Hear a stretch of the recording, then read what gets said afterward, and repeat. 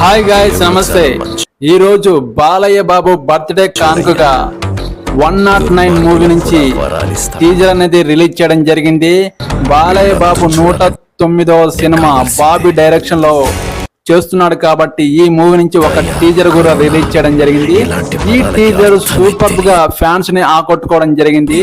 ఈ రోజు బాలయ్య బాబు బర్త్డే కానుకగా ఈ టీజర్ సూపర్ గా ఉంది. ఇందులో నుంచి ఒక డైలాగ్ కూడా రివీల్ చేయడం జరిగింది.